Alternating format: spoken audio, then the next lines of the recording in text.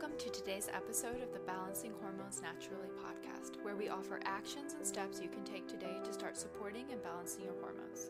This is your podcast host, Leah Brueggemann. I am honored and excited to be your guide on your way to better understanding your hormone health and how it affects your everyday life.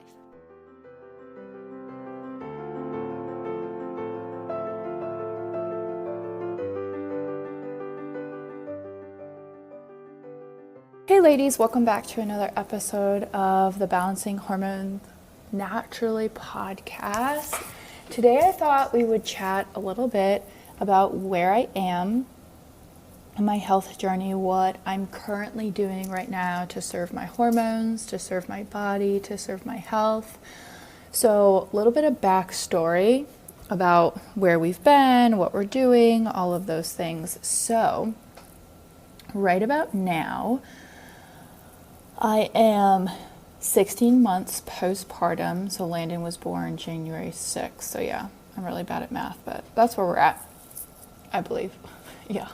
And so before I had Landon, where I was at with my health, let's backtrack like a couple years before he was born. That was when I got diagnosed with fibroadenomas. If you are new here, that's what started me on my health journey. Got diagnosed with fibroadenomas, didn't even know what fibroadenomas were.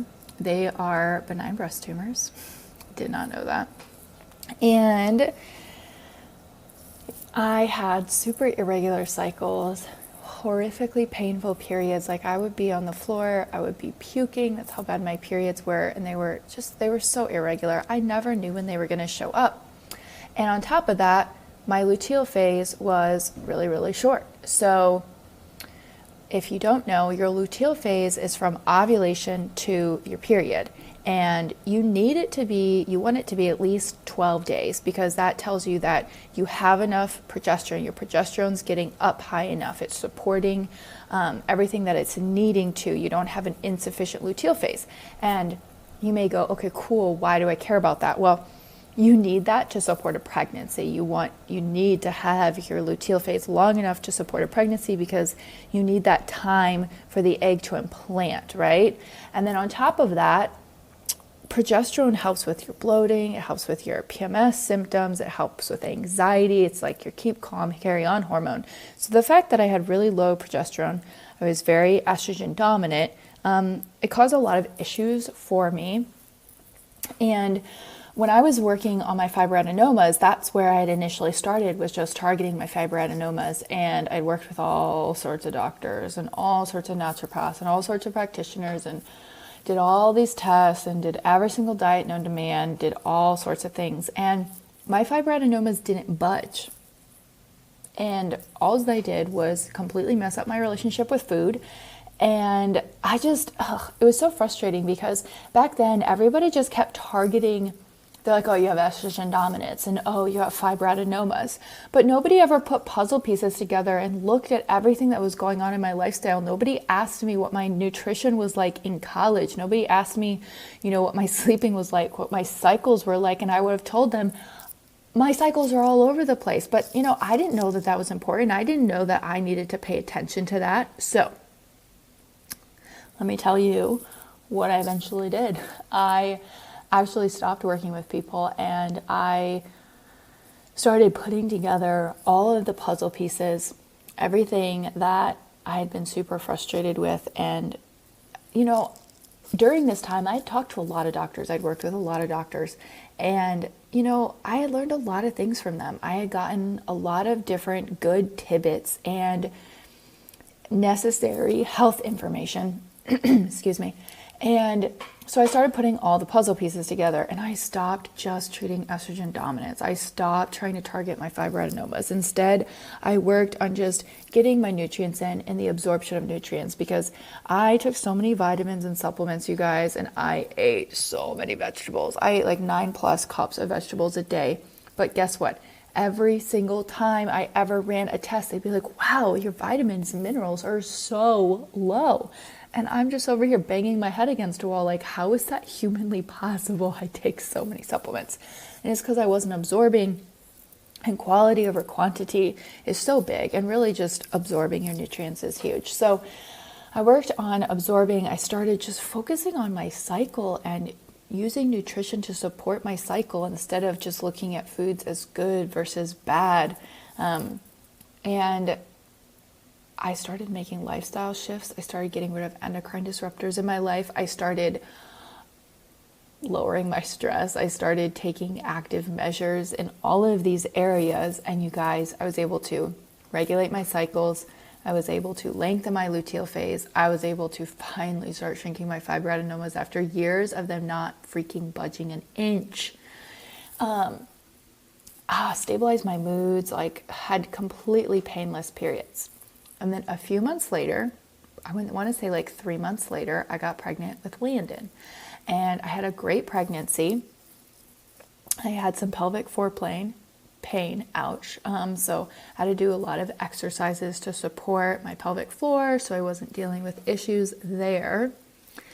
And we had a great labor, all good things. Like it was all good things. And postpartum, I didn't sleep, which is weird to say because during my pregnancy, everyone always tells you you're up every night peeing. I was not. I literally slept through the night until the day Landon was born. I never had any issues sleeping. I didn't deal with insomnia. I didn't deal with peeing at all. Never had that issue. Very blessed. Very thankful. And Landon didn't sleep. And it was really, really hard because you're just tired and you're never sleeping. And so I knew that my HPA axis was totally off, which commonly a lot of people know this as adrenal fatigue. And I mean, when I say he didn't sleep, I mean like there was multiple nights where he would be up every 40 minutes for a while. And that was just rough. And my husband is still in grad school. And he would work the twilight shift. So we had a lot going on. Not saying that people don't have a lot going on, like everybody does, but I just didn't sleep a lot. And I could tell my cycle started to come back and I was completely fine with that. And then it decided to change its mind and not come back, which is fine also. It doesn't really matter to me. And then I weaned Landon. And as soon as I weaned him at like, I want to say 14 months or going into 14 months. So maybe he was 13 months. And about a month or two before I weaned him is when my cycles came back. And they were actually pretty okay. And once he weaned, he slept through the night. Oh my Lanta, like he slept through the night. And he still doesn't take great naps. He takes maybe an hour nap once a day, sometimes an hour and a half, but that's about it. Don't have a great sleeper, but that's okay. He's a really happy baby. And my cycles came back and they were fine. They were like, I had two or three. And I started doing some things for some parasites that I knew I had. And I talked to another practitioner about this, and it was right around the time I started studying for FDNP, which we'll get into in a second. And between the detox and the fact that I was studying, and so I had more so going on, my cycle went away. And my ovulation is extremely, extremely subject to stress. So I need to take some steps to make sure I'm supporting bringing that, since I know exactly what's going on. So okay, going from there to like kind of what I'm doing for my health now, so you kind of know where I'm at. So we're going to be super raw and vulnerable and open because I think this is really, really necessary. I was almost down to pre-pregnancy weight until my stress went up when I started studying and I started doing a parasite cleanse. And then we stagnated. And it's not an issue of weight. Weight is just a symptom. And when I was talking to one of the practitioners I was working with, We know it's because of the parasite cleanse, and we know it's because of stress, and it's one of those things I have to finish the whole protocol. Can't stop in the middle, even though it's frustrating, because something else that the parasite cleanse gave me was a mood swings. Oh my goodness. And so I had to back off and go even slower, because I'm sorry, I'm not going to be dealing with mood swings. And detox symptoms like that are a Herx reaction. So I knew that I needed to support my drainage pathways even more. So that's what we're doing now. So still going through a parasite protocol, but it's a lot slower and a lot more gentler. And making sure I'm actually muscle testing to make sure that I'm ready for every single phase, even though I may give symptoms that I'm ready for it. So that has been really important. You have to be so picky about who you have muscle test though, because let's be honest, guys, there's a lot of frauds out there when it comes to muscle testing. So be really, really careful, okay? And okay, what else are we doing? So I started FDNP, which is Functional Diagnostic Nutritional Practitioner, which is, wow, a huge mouthful, you guys. And I will be a certified FDNP as soon as I finish my verbal final, which should be in a couple weeks here. So it's an amazing, amazing program, and we get to work with all these practitioners. We learn so much about functional testing. We're able to run labs, and one of the things that we get to do is we actually get to run labs on ourselves, and we get to work with a practitioner, which is really, really, really cool. So I have run my SNP, which is a cortisol stress test, as well as running my estradiol, my testosterone, my melatonin, my DHEA, and my progesterone. And I did that with a 4-draw saliva test, which is really cool. I think that is so much more accurate than blood tests, because saliva can show your free-bound hormones. So that's really important. And then I also did a GI map test, which is a stool test. I know you all got grossed out, but that's going to be testing for like yeast, candida, parasites, antigens, all that fun, nasty, gross stuff, but really important to know. And then as well as I did an MRT food sensitivity test, which I got that MRT food sensitivity test back, which was really interesting because I didn't have that many foods that I was sensitive to, and I didn't have any that I was highly sensitive to, but the ones that I was slightly sensitive to were ones that are pretty big staples in my life, like egg whites, which I never eat egg whites. I don't recommend you do either. Always eat like the whole egg, because the fat helps you digest the egg white, the protein. And oats. I love oats. And avocados. I love avocados. But those are staples that I have pretty much every day. And so kind of makes sense, you do want to rotate foods. And I do rotate foods for cycle syncing, but those are ones that I probably have every day. So it just tells me that you shouldn't be having any food pretty much every day, just because, your body gets used to it. And if you're dealing with any sort of gut dysbiosis and you have that every day, it's just irritating your gut. So rotating foods is really, really important. And so I ran that test, and I haven't gotten the results back for my other ones because I have my meeting with a practitioner mentor next week, or this week actually. Yeah, this week, because you'll be listening to it this week. And I'm really, really excited about that, to hear what they have to say and get more guidance as I finish out my parasite protocol and ask those kinds of questions and learn more ways to better support my stress levels, because I know that that's what's going on and kind of irritating my cycle a little bit. And I know this because I am really in tune with my cycle. And let's be honest, I do also want to finish getting off pre-pregnancy, get back to pre-pregnancy weight before I have another baby, God willing. But at the same time, new body, it could just be the way it is, because your body literally shifts weight around.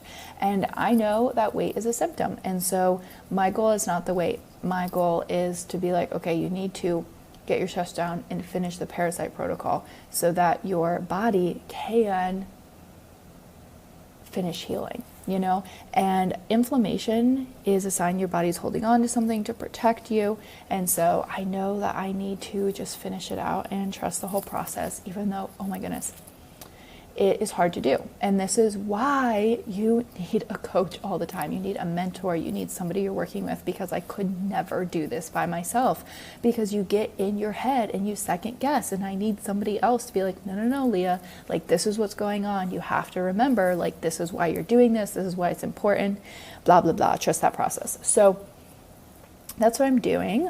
I have my meeting next week and we're going to go over all my labs, and we're going to chat, and we're going to make sure I'm doing the best things that I can do for my health, as well as like learn how I can apply this to my clients as well.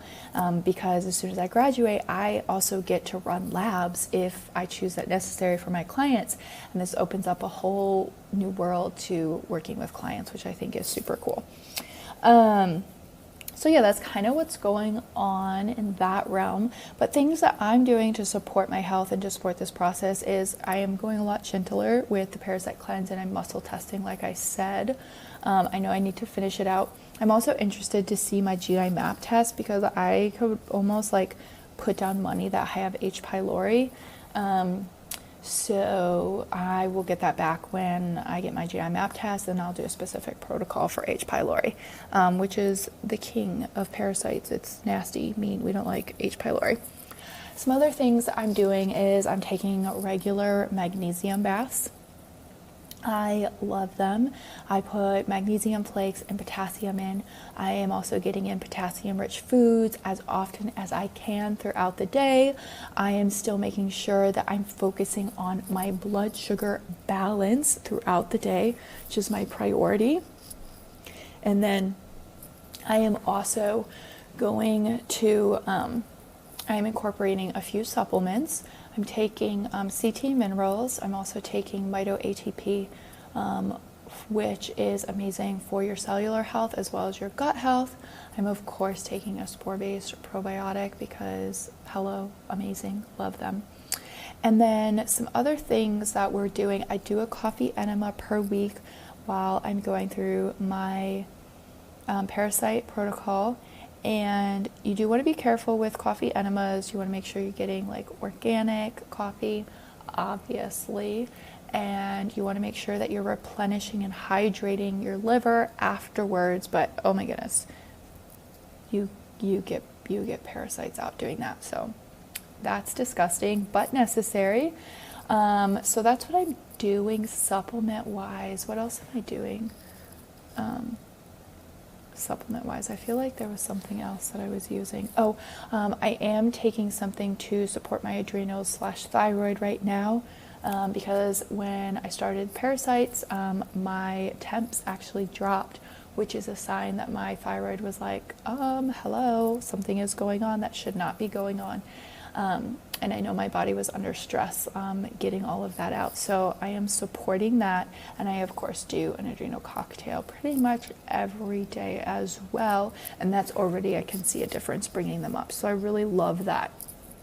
I think that's all supplement-wise. I take magnesium, but that's pretty typical. The biggest thing is stress, going to bed earlier. Those are really big. And then I actually... I got an Aura ring a little bit ago, which is spelled O-U-R-A, and it is amazing for just tracking your heart rate, your recovery, your sleep, whether you're getting REM sleep, not getting REM sleep, all that kind of stuff. It will also track your temp as well, recovery. And you can turn it on airplane mode, which I love because I don't want it transmitting EMFs on me all day. Like, let's be honest, I just don't like that. So I turn it on airplane mode, and then I sync it up once a day so that it can put my data into the phone so I can see it. And I've only had it for a few days, and so far I'm really loving it. It's helping me make sure that I'm getting outside, getting steps in. It's also showing me my resting heart rate, so how I'm recovering through the night. And it also shows you like your heart rate, your respiratory rate. And one of the cool things is it shows, like I said, your recovery. which is really helpful for me because I don't want to be stressing my adrenals by pushing exercise too much when I am doing this detox and I'm in this healing phase right now. And so it's been really interesting to see after I do a workout, like how fast my body recovers from that. So that has been amazingly useful information on whether I need to back off a workout or whether I'm like, okay, you recovered well, you can push. And something that's been so cool is it tracks your temp as well as your heart rate and all of that. And it gives you a readiness score every day. And I was talking to a good friend who also has an Oura ring, and I was like, do you notice that your readiness score on the Oura ring coincides with where you are in your cycle? And she said it does, which is so cool. So your readiness score is basically like, hey, you can push your workout, or hey, you should not push your workout today. And so it will actually tell you, like in your luteal phase and menses, like, hey, you shouldn't push your workout. You should take it a little bit easier today, which, is just so cool to see all of that coming together, as it should be. So that's something I'm doing, which I'm really, really loving. I feel like there's so many other things we're doing. We did get an air purifier in the house because clean air is amazing. We got an ozone machine. Specific one on a timer you can turn on and off in the basement just to make sure we're doing well with keeping mold away. Really love that. And then I did get, I'm always going to pronounce this wrong, it's called a Samuvedic. I believe that's how you say it. But it helps basically helps protect your house from EMFs to the best of its ability. We live in a world with it. It doesn't mean that I want to bring it permanently into my house. I love airplane mode for that reason, and turning off things when you can. So this is just something else that I want to use to support our family. But yeah, that's pretty much, I think, all we're kind of doing. So I'm going to get my labs back next week. I'm excited to graduate and be able to offer labs and to offer this continued education to you all, which I think is going to be so cool. And that's pretty much it. So yeah, if you guys have any questions or you just want to chat about your health, please shoot me a message. I would also love if you screenshot you watching this on your phone and you share it to your stories. It always means a lot to me, and I love being able to bring people in that really resonate with this as well. So anyways, I hope you have a wonderful rest of your day. Thank you for listening to today's episode of Balancing Hormones Naturally. If you found this helpful, I would love for you to share it with a friend and post it on your stories and tag Balancing Hormones Naturally podcast so we can get this message out. You can find me on Instagram at Leah_BRUEG, and I would absolutely love to hear from you.